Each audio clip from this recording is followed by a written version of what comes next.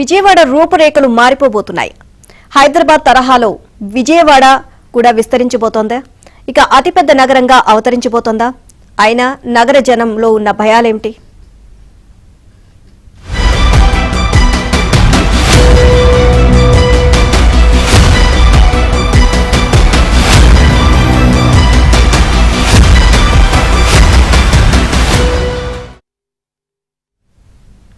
విజయవాడ, తిరుపతి నగరాల విస్తీర్ణ వాయిదా పడింది.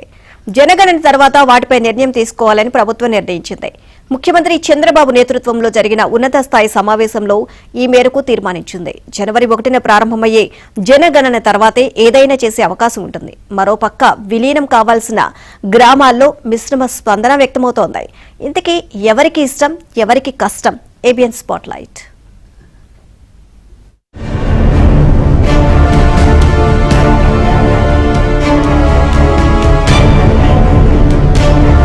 నవ్యాంధ్ర రాజధాని అమరావతి పనులు వేగం పుంజుకున్నాయి. రాష్ట్రంలో పట్టణీకరణ పెరుగుతోంది. ఈ క్రమంలో కొన్ని పెద్ద నగరాల పరిధిని మార్చాల్సిన అనివార్యత ఏర్పడింది. అందులో గుంటూరు, అమరావతిని ఆనుకుని ఉండే విజయవాడ మహానగరం కూడా ఉంది. బెజవాడ విస్తీర్ణం ప్రస్తుతం 61.88 చదరపు కిలోమీటర్లు మాత్రమే ఉంది. దాని 10 రెట్లు అంటే 661.79 చదరపు కిలోమీటర్లకు పెంచాలని భావిస్తున్నారు. గ్రేటర్ విజయవాడ ప్రతిపాదన తెర మీదకు వచ్చింది.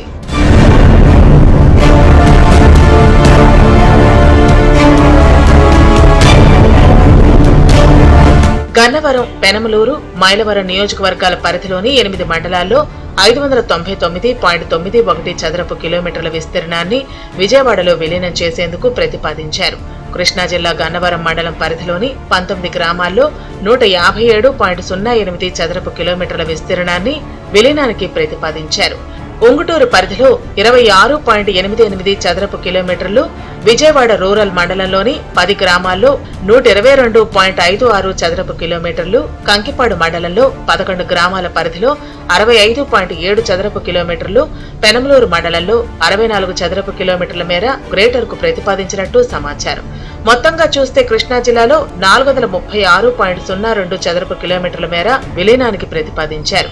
ఇక ఎన్టీఆర్ జిల్లాలోని జి కొండూరు మండలంలోని 2 గ్రామాల్లో 23.72 చదరపు కిలోమీటర్లు, ఇబ్రహీంపట్నం మండలంలోని 13 గ్రామాల్లో 77.66 చదరపు కిలోమీటర్లు, విజయవాడ రూరల్ మండలంలోని 8 గ్రామాల్లో 62.51 చదరపు కిలోమీటర్లు కలిపి మొత్తంగా 163.89 చదరపు కిలోమీటర్ల విలీనానికి ఇప్పటి వరకు ప్రతిపాదనలు సిద్ధం చేశారు. మొత్తం 72 గ్రామాలను కలపడం ద్వారా గ్రేటర్ విజయవాడగా ఆవిర్భవించిన అనంతరం 20 లక్షల జనాభా ఉంటుందని అంచనా వేశారు. గ్రేటర్ విజయవాడగా చేయాలనే ప్రతిపాదన ఉన్నప్పటికీ సెన్సస్ కారణంగా ఎటువంటి విభజన జరగకూడదని కేంద్రం నిర్దేశించడంతో జనగణన తర్వాత గ్రేటర్ విజయవాడ చేసే అంశంపై నిర్ణయం తీసుకుంటామని రాష్ట్ర పురపాలక శాఖ మంత్రి నారాయణ తెలిపారు.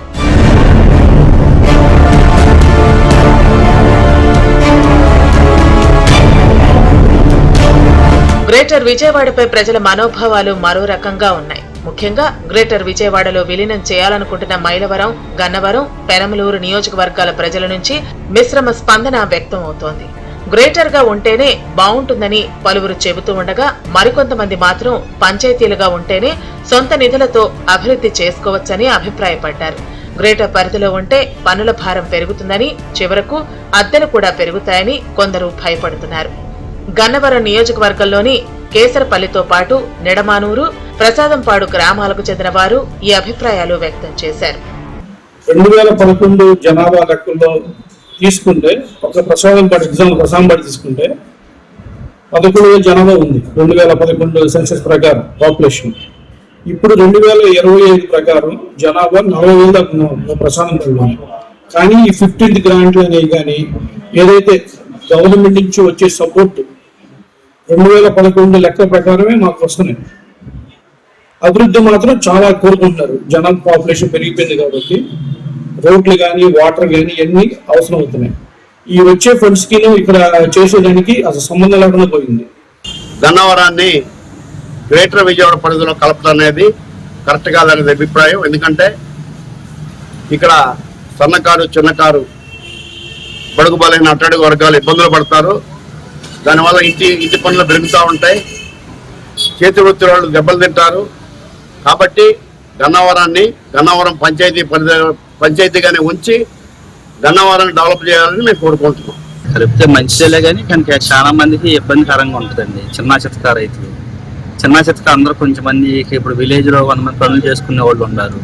వాళ్ళు రోజువారీ కూలికి వెళ్తారు. హౌస్ ట్యాక్స్లు ఉన్నాయి, డబుల్ అయిపోతాయి.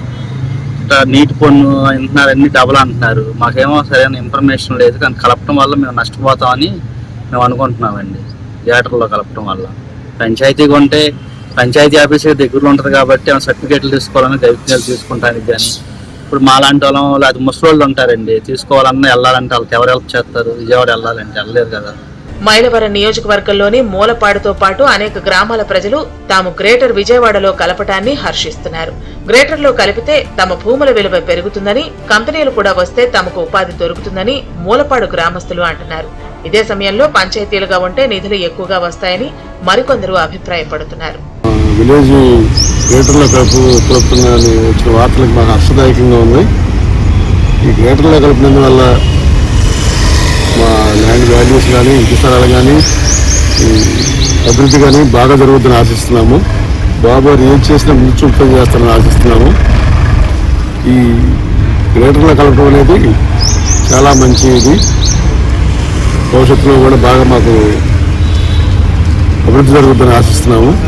ఈరోజు విజయవాడ గ్రేటర్లో మా మూలపాడుని కలుపుతున్నందుకు సంతోషంగా ఉంది. అలాగే నారా చంద్రబాబు నాయుడు గారికి, పార్లమెంట్ సభ్యులు కేశినేని చెల్లి గారికి, మైలవరం శాసనసభ్యులు వసంత కృష్ణప్రసాద్ గారికి అందరికీ ధన్యవాదాలు. మా మూలపాడుని గ్రేటర్లో కలిపి ఈరోజు మూలపాడు నగర అభివృద్ధిలోకి పోటీపడుతున్నందుకు ధన్యవాదాలు. మాకు విజయవాడ కార్పొరేషన్లో మూలపాడు కలవడం చాలా ఆనందదాయకమైన విషయమే, కానీ దాంట్లో కొంచెం ప్రజలకు ఇబ్బంది లేకుండా ఈ ఇంటి పనులు అవి కట్టుకునే విధంగా 6 నెలలకు ఇంటి పనులు అవుతాయి కాబట్టి 6 నెలలకు ఇంటి పనులు కట్టుకునే విధంగా, గ్రామంలో ఉన్న ఆడవాళ్ళకి ఆదాయ మార్గం చూపించే విధంగా మాకు కూడా ఏదో 1-2 కంపెనీలు పెట్టి వాళ్ళను కూడా తీర్చిదిద్దితే బాగుంటుందని మా ఆలోచన. అది అద్భుతంగా గ్రేటర్ విజయవాడ చేయడం అనేది అద్భుతమైన అవకాశం. మా ఆస్తుల విలువ రేట్లు పెరుగుతాయి.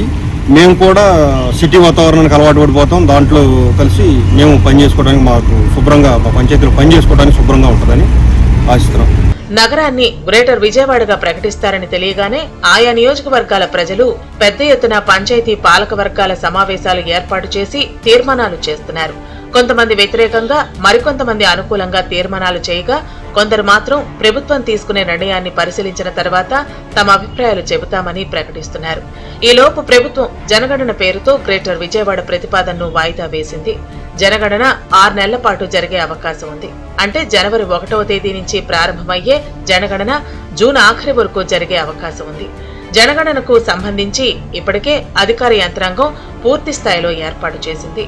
కొత్త మార్గదర్శక సూత్రాలను జారీ చేయడంతో ప్రభుత్వం గ్రేటర్ విజయవాడ ప్రతిపాదనను వాయిదా వేసింది.